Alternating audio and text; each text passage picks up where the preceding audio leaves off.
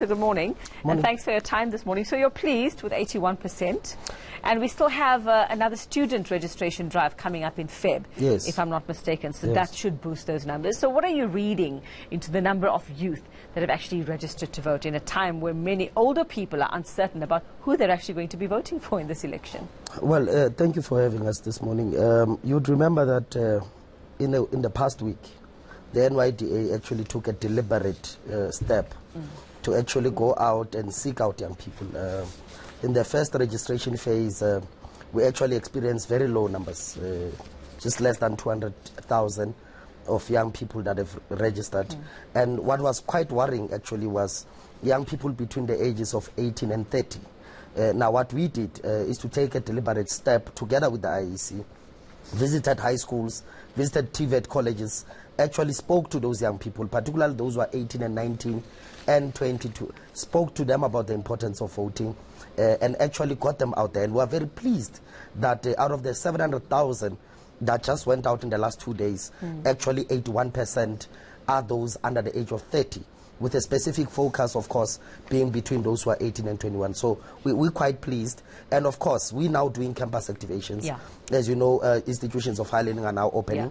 So I've already been in the University of the Western Cape. The rest of our colleagues are actually up and down in the various universities. So that weekend of the 7th and the 8th of February, we're expecting those numbers to double. Okay, and then, I mean, just like you say, you've been out and about. You were face to face with a lot of these young South Africans, but they've registered to vote. Yes. Are you confident that they will actually get to the polls on that day? I mean, what is the feeling you got at a time, like I said, where many are despondent about, you know, we don't know who we're going to vote for. The ANC is really not doing what we want. Our opposition's a bit of a mess. How are the young feeling about actually getting to put their mark on and where they're going to put that mark? Well, one of the things that we said as the NYDA is that 2019 has to be the year of young people. For a very long time, young people have been used as, call it voting fodder. When it's elections, everybody remembers that there's actually young people. But when you actually look at the policy discourse, you know, we've got a lot of policies that are skewed towards, you know, the elderly people in our country. Yeah. When you talk about grants, when you talk about everything else. But what we've actually said is that, you know, all manifestos, especially even the ruling party manifesto, has to speak about how to decisively deal with issues of youth unemployment, how to decisively deal with issues of education and technical and vocational skills development.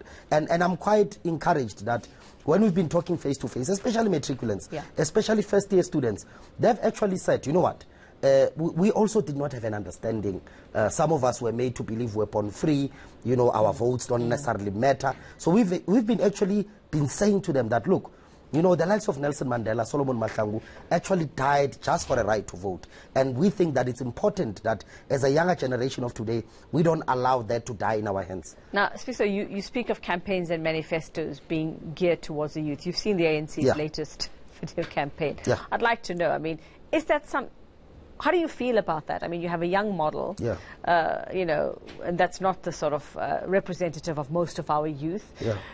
Just I'd like to know your take on that campaign and just the youth you've met. Is that something that would draw them in? Well, I think for the first time, in my view, post-1994, you do quite have a youthful manifesto, especially of the ruling party.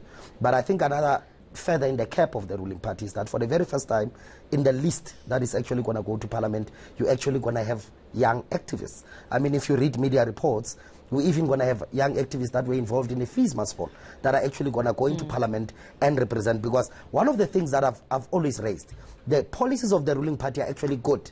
The only issue has been the implementation.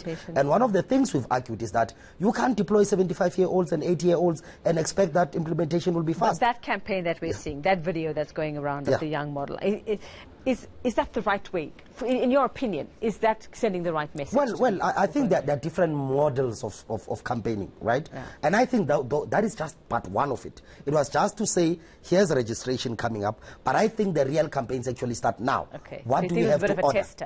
Yeah, I mean, it was a bit of a test. And by the way, as we all know, our country has been prone to a bit of controversy. But I think the real work starts now. What do you have to offer for the youth of this country? And I think, you know, other parties putting up dead people in billboards, I don't think that is something that is going to work for us. Yeah. What do we have to do to deal with youth They all unemployment seem in to this have country? had a few misses in these initial campaigns. Well, that's why we're saying Opposition party. let young people take over these organizations. I don't think that, you know, when you are 78, you can still tell us what can happen in 2030. Let's put young people in there and let's make sure that South Africa actually delivers and works in a very fast pace. Because they are aware. Well, thanks very much. Let's see what happens, Thank you. especially when we get that date announced. That's NYDA chairperson Sfiso Mtweni.